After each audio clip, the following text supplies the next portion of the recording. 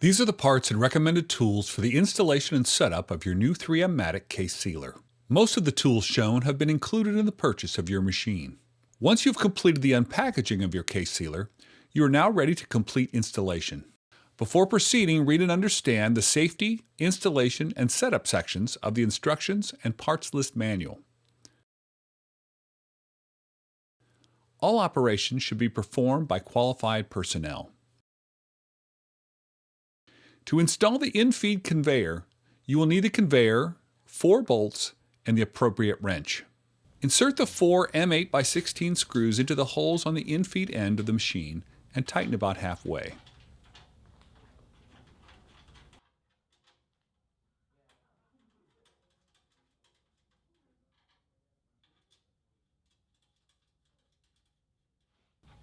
Fit the conveyor onto the 4 screws and let it slide down the keyhole slots.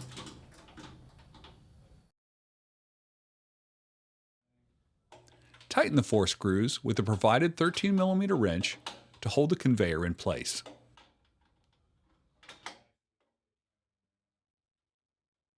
Next, you will need the 2 right-angled conveyor brackets, 4 M8x16 screws, 4 M8 washers, and 4 spacers. Place them over the joint between the conveyor and the frame on each side and secure them with 2 M8x16 screws, 2 M8 washers, and 2 spacers on each conveyor bracket.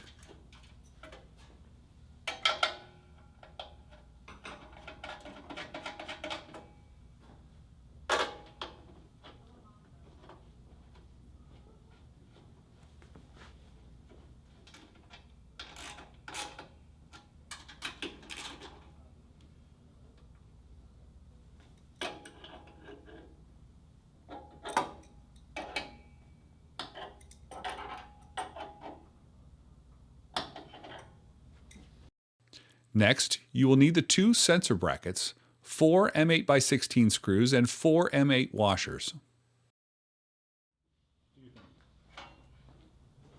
Having located the sensor, secure into the slot of the bracket using the plastic nut.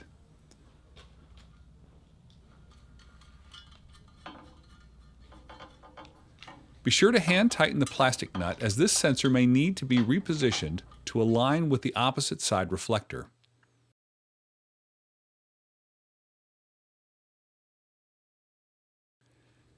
Install 2 M8 screws with washers into the spacers.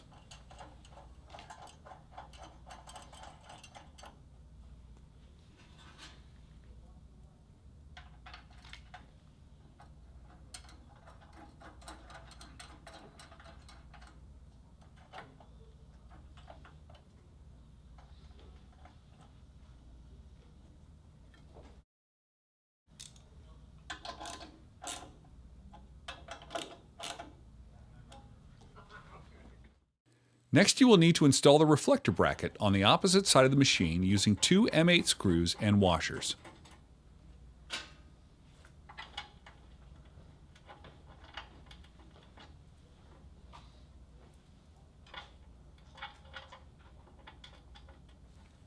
Check to see if the sensor and the reflector are visually aligned, as adjustment may be necessary. First, locate the 2 centering rails for this part of the installation, noting that the required fasteners are in the guides. Remove the 2 M6x20 screws from the centering guide and place the guide on the lever arm. Attach the guide using the 2 M6 screws and tighten.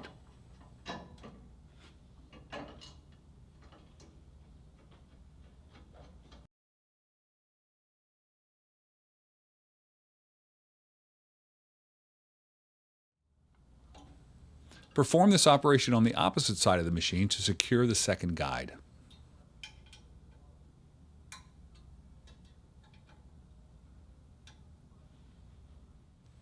If the optional tape application monitor was purchased with your machine, remove the cable ties and shipping materials from the stack light.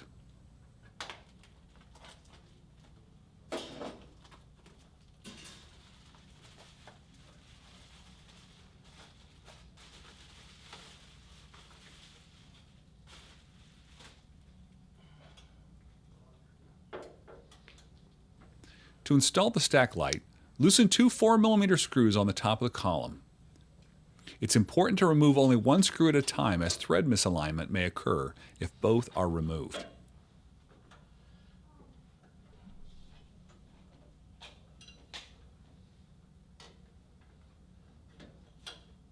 Insert the screw into the stack light bracket and then into the column, hand tightening only.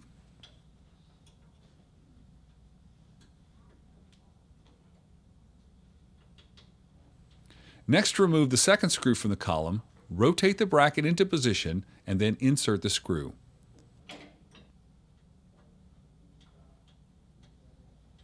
Tighten both screws at this time. Locate the hose clamp with your parts kit. Connect the main air supply line to the inlet side of the main on-off valve using the barbed fitting and hose clamp.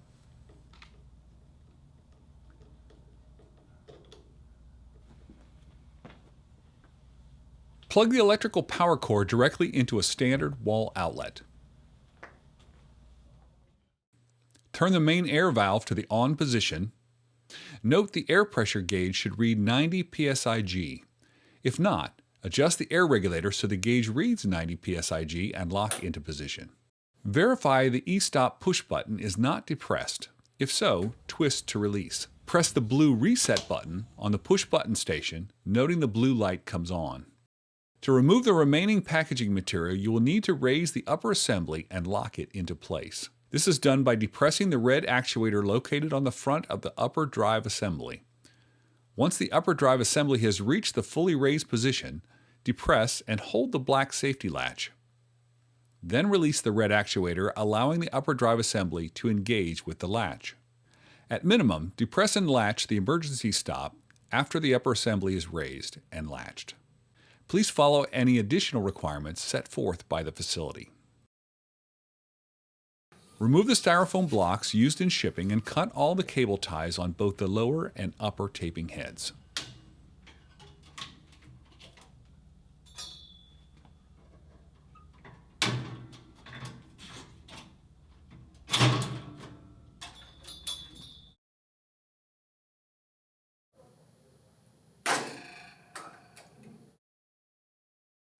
This section illustrates removal of the taping heads and loading the 3M box sealing tape to seal cases. Caution: be aware the taping heads have a sharp blade and proper body mechanics are required when lifting mechanical devices to avoid injury. Refer to the safety section of the instructions and parts list manual. Removal of the upper taping head isn't always required, but in this video, we show how to remove it. To remove the taping head, first be sure to disconnect the air line. Next, loosen the two thumb screws on the retaining plate and slide the plate forward. Holding both rollers apart on the taping head, pull forward on the apply roller and remove by carefully lowering downward. To thread the taping head with 3M box sealing tape, unlock the tape drum, then place the tape roll on the tape drum with the adhesive side of the tape facing the front of the taping head as it is pulled from the supply roll. Relock the tape drum to secure the supply roll. Guide the tape around the tension wrap roller and then around the one-way tension roller. Continue guiding the tape in front of the tab adjustment roller, down past the knurled roller, then between the crescent tape guide and the tape support pad. The tape should extend a ½ inch or 13 mm past the apply roller. Use a pair of scissors to cut away the excess tape. Do not cut tape against the apply roller, as you may damage the roller. Remember, the taping head has a very sharp blade, so use caution when lifting it and placing it back into the machine. Support the tape head by using the apply and buffering rollers. Locate and guide the tape head support pins into the slots of the upper assembly. Pull back on the buffering roller to fully engage the pins into the slots. Slide the retaining plate back and tighten the two thumb screws. Unlatch the emergency stop button. Depress the blue reset button, then press the red actuator to disengage the mechanical safety latch, allowing the upper assembly to lower into rest position.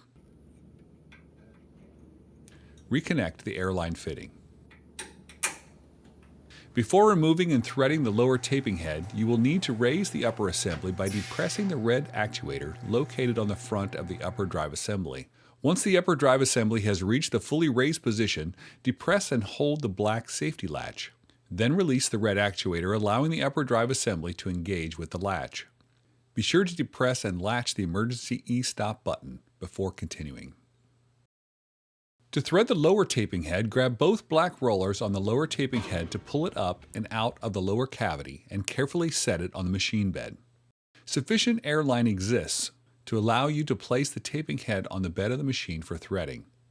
However, do not pull the taping head too far as it could damage the airline. If replacing the taping head, you will need to disconnect the airline as shown.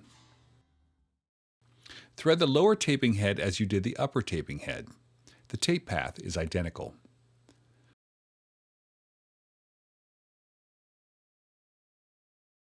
Once the lower taping head is threaded, reconnect the airline for the lower taping head if necessary, and then place the taping head back into the lower cavity, being careful not to damage the airline.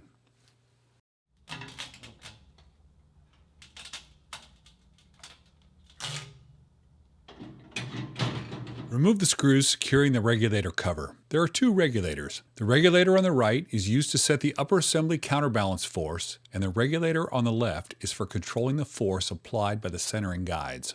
Both are preset at the factory. The counterbalance gauge should indicate 40 psi as set from the factory. If adjustment is required, first unlock the regulator by pulling out the dial. Rotate clockwise to increase pressure or counterclockwise to lower it, until the gauge reads the desired pressure setting. Push the dial back in to lock the regulator setting. The box centering guide regulator is adjusted to provide sufficient force to center your heaviest box.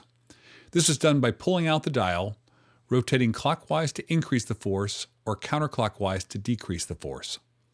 Factory setting is 3 to 4 turns counterclockwise from the full clockwise position. When completed, lock the regulator by pressing the dial inward, rotate upward cover into position, and reinstall the retaining screws. The box centering width adjustment is used to prevent the side guides from fully opening. This can improve process efficiency if your maximum box width is considerably less than the maximum box width capability of the machine. Turn the adjustment knob clockwise to reduce the maximum width of the centering rails, or counterclockwise to increase their maximum width. To check sensor operation, verify the e-stop push button is not depressed. If so, twist to release. Press the blue reset button on the push button station, noting the blue light comes on. Raise the upper assembly and lock it into place. This is done by depressing the red actuator located on the front of the upper drive assembly. Once the upper drive assembly has reached the fully raised position, depress and hold the safety latch, then release the red actuator, allowing the upper drive assembly to engage with the latch. You will need to check the beam alignment of the centering guide sensor that was installed earlier in this video. You will want to make sure the sensor detects an incoming box and the centering guides don't interfere with the sensor's function. The sensor operates by sending an invisible beam of light across the bed of the machine, where a reflector mounted to a bracket bounces the light back to the sensor. If the light doesn't come back, an object, like a box, has been detected. The sensor has two indicating lights. If no object is in front or blocking the sensor, the green light is the only light that should be illuminated. When the sensor is blocked, both green and yellow lights should illuminate. Verify operation by placing a non-shiny object in front of the sensor to block, and then unblock it. If the sensor performs correctly, manually open and close the centering guides, noting this action should not block the sensor. If further alignment is required, loosen the plastic nut and then position the sensor in the slot until the green light is the only light on. Retighten the nut and re-perform the procedure. The next step will be to check the operation of your machine by sealing boxes. Before starting the machine, make sure there are no tools or other objects on the machine bed. Verify the e-stop push button is not depressed. If so, twist to release. Press the blue reset button on the push button station, noting the blue light comes on. Press the start button to start the machine, noting the belts are turning. Before using this machine, review the safety section of your instructions and parts list manual. It is recommended that you run an unsealed box through your case sealer to check operation. Both yellow column lights should be illuminated. When pushing the box into the machine, position your hands near the back of the box. Then push the box to depress the red actuator to raise the upper assembly above the box. Move the box into the case sealer to a point so the upper belts engage the top of the box as the upper assembly lowers. Always remember to keep your hands clear of moving parts.